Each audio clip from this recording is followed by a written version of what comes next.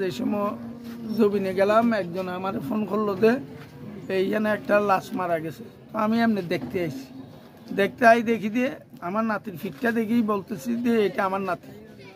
তো মেম্বারের হতে যার নাতি এখন উড়ান যাবে না, আগে পুলিশ আসবে। তো পুলিশ আইসা উড়াইছে। এটা তো ছোটোবেলার থেকে আমি ফেলতাম, আমার ঘরে বড় হয়েছে, আমার ঘরে হাইতো। এখন কি করণ যায়, এখন আর তো কিছু বলতে পারিনি।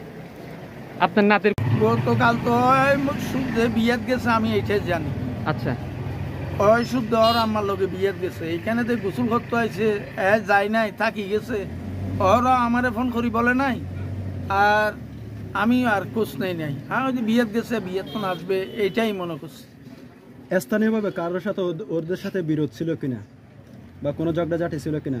না, এরকম কেউ ঝগড়া তো আছে যে আমার মনে হয় না। এই সকালবেলা যখন ঘুম থেকে উঠি আমি একবার মোবাইলটা খুলি দেখতেছি একটা লাশ 5 নম্বর ওয়ার্ডে পুকুরে বাঁচতেছে। সেটা শোনার সাথে সাথে আমি জসিম মেম্বারকে ফোন করছি, তোমার এলাকায় এই ধরনের একটা ঘটনা দেখতেছি, এটা সত্য কিনা। তো জসিম মেম্বার আমাকে বলছে এটা আমার বাতিজির ছেলে, আমার নাতি।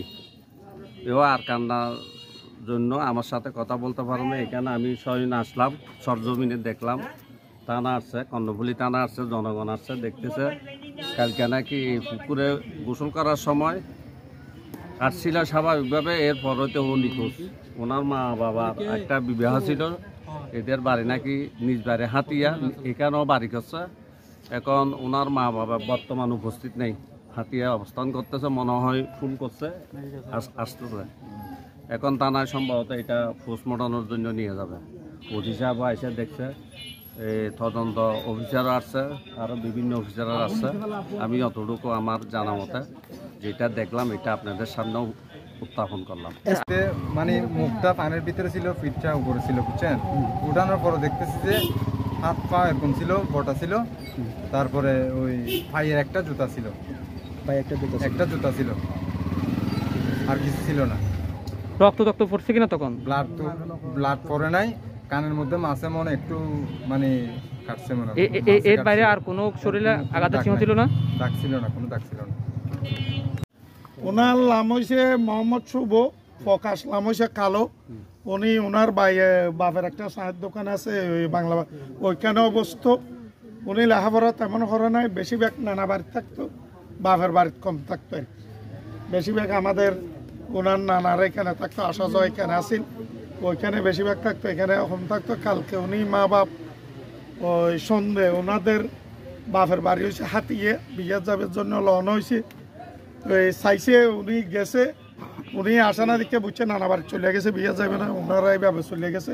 আমরা আজকে কনফার্ম হইয়ে এখানে খোঁজাখুঁজির পরে দে ওনাদের ফোন দিছি। আমার বাইসতি জামাই আসতে আছে, ওনাকে ফোন দিছি, আসতে আছে। আমরা লাস্ট দেখে দিয়ে দেওয়া আমাদের নাতি কনফার্ম। আপনাদের কাউকে সন্দেহ হয় কিনা? এটা এখন তো এই মতো বলতে পারি না, এটা বলতে পারবো ওনার মা বাবা। এলে আমি তো ইপি সদস্য, আমি ওই সম্বন্ধে আমার ধারণা নাই। ওনার মা আছে, বাপ আছে, ওনার মামা আছে, নানা আছে, ওদের সাথে থাকতো, ওরা বালা বুঝতো। ওনার এই জন্য ঘটনাটা ঘটেছে, এটা স্বাভাবিক মৃত্যু বললেও চলবে না, অস্বাভাবিক বললেও চলবে না। গোসল করতে নামছে। এখন আমাদের একটা এই মাতৃভাষা আছে, জিনভূত ফেরতের অনেক কিছু ঘটনা ঘটতে পারে, এই ধরনের ঘটনা আন্দাজ করা যায়। আপনাকে কাউকে সন্দেহ হয় না? আমার কেউ সন্দেহ হয় না। আপনি কি মনে করেন এটা স্বাভাবিক মৃত্যু, বা কি মনে হয় আপনার? এটা কি এর পিছনে কি কোনো কারণ থাকতে পারে কিনা? এইটা তো জানি না, এইরকম কারণ তো আমার সন্দেহ হইতেছে না।